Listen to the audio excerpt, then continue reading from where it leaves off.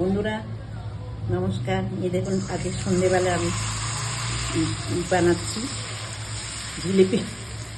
জিলেপি কি সুন্দর জিলেপি হচ্ছে আমার। দেখুন বন্ধুরা জিলেপি করছি। এই প্রথম হাত, হয়তো প্রথম একটু হবেই এরকম। দেখুন